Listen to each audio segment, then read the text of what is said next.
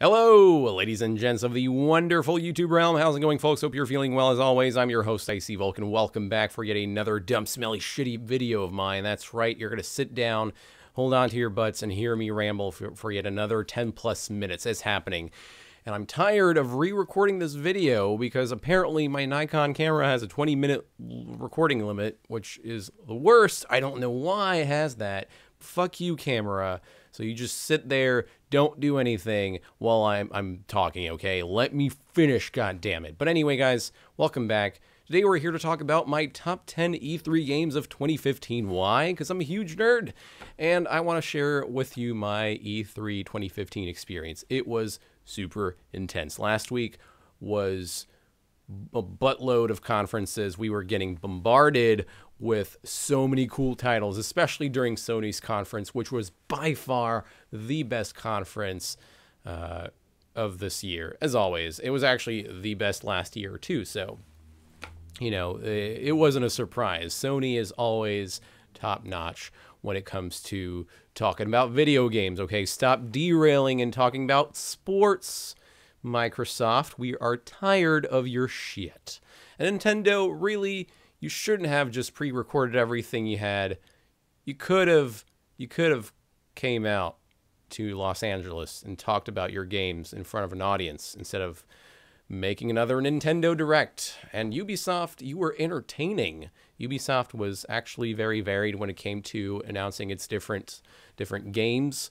EA was okay. I mean, yeah, you know, as per usual.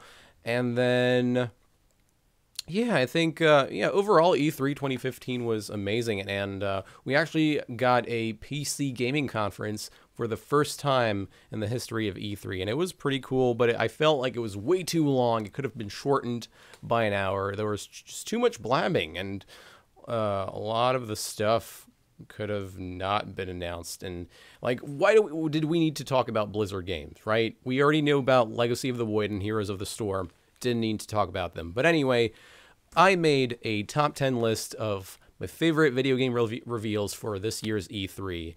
This, mind you, this was very difficult to make, right? I had to break it down in 10 because there are too many games for me to talk about, right? I wanted to include games like Kingdom Hearts 3 and No Man's Sky. There were a lot of cool games and new announcements, but this was very challenging to figure out. So without further ado, let's talk about the first game on the list.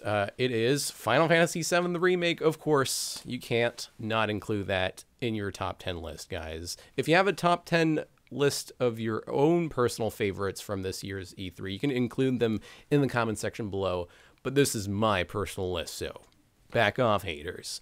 But Final Fantasy VII, the remake, was a huge shocker for everyone, even me. I've never played the Final Fantasy VII game, the original. I'm actually currently playing it on my live stream due to the announcement of the remake. I was really excited, and I actually was motivated to start playing the original. So now that I'm playing it, I can see how awesome this remake is going to be. I'm already visualizing so many cool scenes that could be improved and perfected for this Final Fantasy VII remake. This is a huge project for Square to take on, and I applaud them for taking on a monster like that, because Final Fantasy VII is their most popular Final Fantasy title, and they better not fuck it up, right? They better keep Aerith dead as she was in the original, right? They better not modify the original story, but Square Enix could spice the game up, right? Maybe improve the gameplay a little, because turn-based combat is kind of lackluster in this modern gaming era, right? It's not the thing. It's not hip, right? So maybe, you know, keep the same combat style, but add some more oomph to it. So Final Fantasy VII, the remake, number one, right? This list is not in order, by the way. I just really wanted to mention Final Fantasy VII first, because how can I not, right? It's a legendary game with good story and great characters. Moving on, the second game on the list is The Last Guardian. Now, that was a big surprise for me. I lost my shit when they announced it during Sony's conference. And it was actually the first game announced So good move on Sony's part for announcing The Last Guardian first and foremost, because it was a project that a lot of people were fans of, like myself, right? And I've never played a Shadow of the Colossus game. This is a project by Team Eco. That was The Last Guardian was firstly announced in 2009, and then planned for release for 2011, but then it was delayed. And then it was reintroduced in 2012, and then planned for a 2014 release, I believe, but then another delay happened, and we never heard from The Last Guardian ever again until now, until this year's E3. And I think I almost cried because, man, I want to play this game so badly, and I love its visuals and the interaction between the main character and the big giant animal that has like feathery wings, and it looks like a little ferret, like a giant ferret but with wings. It's awesome. You have to see the gameplay for you to understand what I'm feeling. But The Last Guardian was a big surprise, so it's definitely going on my top 10 list. And see, we already have 2 Sony games. Those are going to be exclusive Sony games for the PS4, and I'm definitely getting a PS4 whenever I have the opportunity, because I still don't own a next-gen console, guys. I don't know why, but I need one, and I've always been a PlayStation fan, so I must get a PS4, right? There are so many good PS4 games coming out. Third game on the list would have to be Star Wars Battlefront from EA's conference. The gaming demo that they had for that game was epic. The combat and the scale of the environment was just outlandish. It was just beyond this world. Really enjoyed the different perspectives that they showed us from the different characters that you can control, right? Some people were playing troopers. Another person was controlling an X-Wing. Someone else was riding a big, giant elephant machine thingy. I don't know the name for it exactly because I'm not a Star Wars diehard fan, so excuse me if I don't know the proper term for some of these characters and mobs from the Star Wars universe. But I really enjoy the Star Wars universe. It's fascinating, and I'm always eager to watch Star Wars movies, new Star Wars movies, or play new games, right? So I am excited for this Star Wars game. It looks friggin' awesome, right? I don't play enough sci-fi games, so this is a good opportunity for me to pick up a PS4 and play this damn game. Fourth game on the list would have to be Horizon New Dawn, which is actually not part of any franchise. It's a new IP by the same people that made the Killzone games. It's supposed to be a westernized version of like Monster Hunter games. And you play this female protagonist who's a redhead. And when was the last time when we saw a redhead female protagonist? Almost never, right? So, and by the way, we're getting a lot, as a little side note, we're getting a lot of female protagonists this year. And so I applaud almost every developer out there for, putting genders on a same level, right? Attracting different demographies of gamers, because gaming is now mainstream, so you have to satisfy your audience in any way possible, even if it means having almost naked characters like in Terra Online. Like Japanese games tend to over sexualize their characters, but the Western gaming industry knows what it's doing, so kudos to the developers of the West for doing the right thing. And Horizon New Dawn looks fucking amazing, right? It's graphically insane. It's beautiful, and it's about machine taking over humanity, right? Technology has taken over man, and now we, the last survivors, have to fend for ourselves and beat these goddamn robots who have become evil somehow. But the female protagonist, we got a gaming demo of this redhead chick, huntress girl, who basically fucks some shit up, and she beats this giant mechanical dinosaur. And it's supposed to be open world, which is super awesome. Like, I really like open world games, and there are a lot of possibilities within that game. It makes me want to play it. It's stellar. So, and I really like the visuals. It's refreshing. It's not your typical like dull grayed out atmosphere. It's colorful, but yet also pretty damn serious looking, right? So Horizon New Dawn is definitely on my list. Fifth game on the list would be Fallout 4. It was a game that was recently announced, but we hadn't received any gameplay footage of it until Bethesda started its conference. And Fallout 4 was very hyped, and I can understand why. The last Fallout game was released about 8 to 9 years ago, so I understand why the Fallout fans are dying for this new sequel. And I have never played a Fallout game, so Fallout 4 is really bringing in some new fans like myself. I'm eager to join in the franchise and to become a Fallout fan. It looks like it's very, again, this one is supposed to be open world, and there's a lot of customization involved in this new sequel. And you can pre-order like this awesome big watch thing that allows you to play the game with it, or like improve your attributes through the thing. It's I don't know all the details of it. I haven't looked into it deeply, but Fallout 4 looks somewhat promising, right? It's great to see a beloved franchise resurface. And I am willing to hop on the Fallout bandwagon and to become a fan. I have yet to play a Fallout game, and I can just buy one off of Steam. There are far too many video games for me to play lately. I think I have video game ADD. I play Final Fantasy XIV, and then some League of Legends, Heroes of the Storm, Hearthstone. Those were a lot of Blizzard games. And I'm currently playing Final Fantasy VII, so I'm trying to find the time for everything. And I'm also trying to finish Bravely Default for the 3DS, because Bravely 2nd is coming soon for the West. So yeah, that's happening. But moving on, the sixth game on the list would have to be Xenoblade Chronicles X, which is a Nintendo game. Normally, I don't talk about Nintendo because I'm not that much of a Nintendo fan, although I love the Legend of Zelda series, and I have played some of the Mario games. I don't own a Wii U, so I'm not really excited for anything that Nintendo has to offer, except for the 3DS games, because I own the handheld console. But Xenoblade Chronicles is getting a sequel, and it's nice to see a different franchise being elaborated, right? We're seeing too much of Kirby, Mario, Metroid, or Legend of Zelda.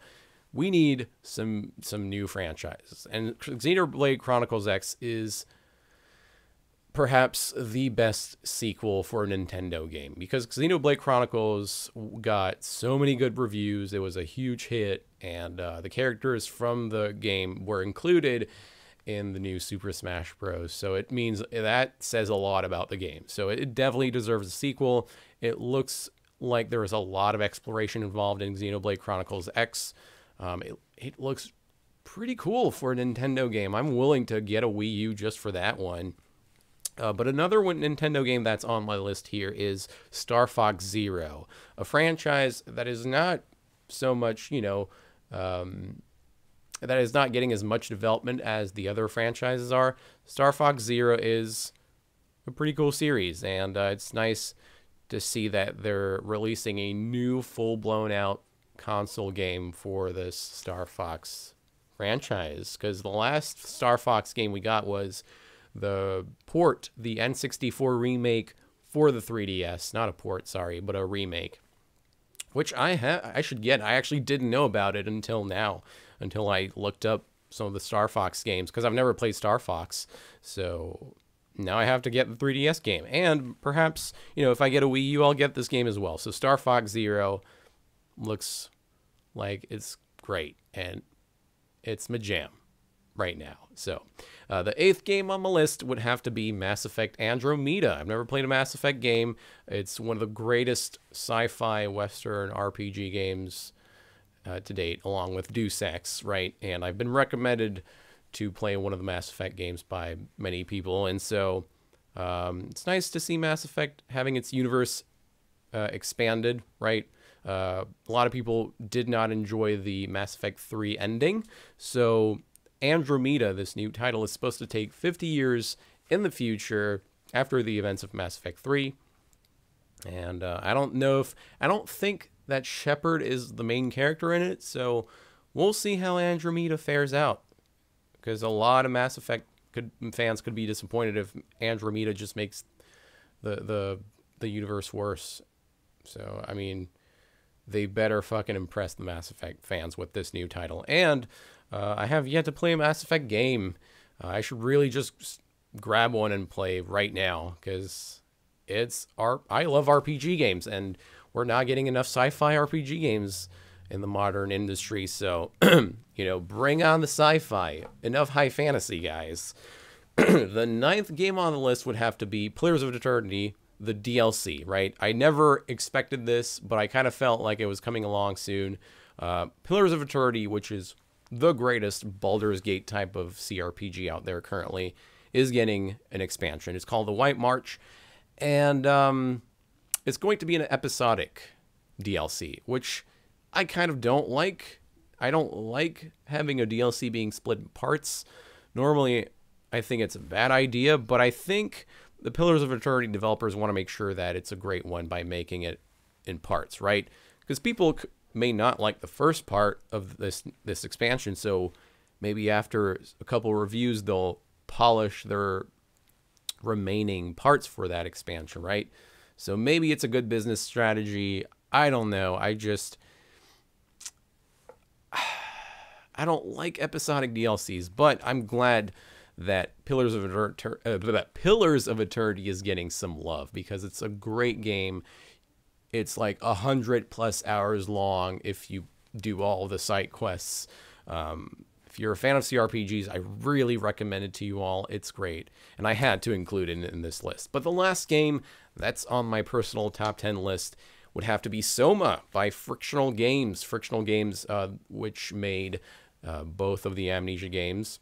The second one was made in collaboration with the people that made Dear Esther. But both of the Amnesia games were fantastic on different aspects. I like the first one in terms of gameplay more, and then the second Amnesia game was perfect in its story, right? But it's, you know, I think we're getting enough. We had enough Amnesia. It's time for something else, and you know, we're still getting horror games, right? I love horror games. I think it's not an enough explored genre. It needs some more love. And we got a new gameplay trailer for Soma, along with a release date. We're getting the game soon. It's supposed to come out in September 22nd, and that made me lose my shit, because I love Frictional Games and what they make. And Soma looks promising. It's actually the game takes place in a submarine deep under the sea, which is a horrifying setting. It's a great idea for a setting, and also submarines are not present in enough video games. It's not an explored setting, so imagine how terrifying it would be if one of you were stuck in a submarine deep in the sea by yourself with everyone else dead, or mostly everyone dead, right? And this is supposed to be a sci-fi horror game too, so I'm looking forward to that. But guys, these were all of my top 10 games. I wanted to include so many more, but, you know, I don't want to stay here forever and ramble on for 30+ minutes and have you be bored out of your mind by my constant babbling. But guys, thank you so much for watching. If you want to share your favorite video game reveals with me from E3 2015, please do so in the comment section below.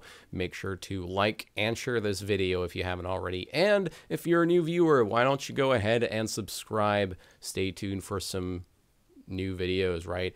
And while you're waiting, you can stay tuned to my live stream channel. I play lots of different games. I'm currently playing Final Fantasy VII, Final Fantasy XIV, A Realm Reborn. So if you want to watch me play games, I stream Wednesdays and Thursdays, 7 p.m. Eastern Time, and some other days as well.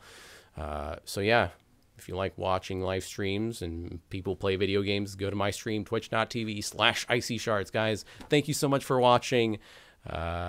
Yeah, I hope you have a good evening or morning wherever you are in this great planet of ours. See you soon. Bye.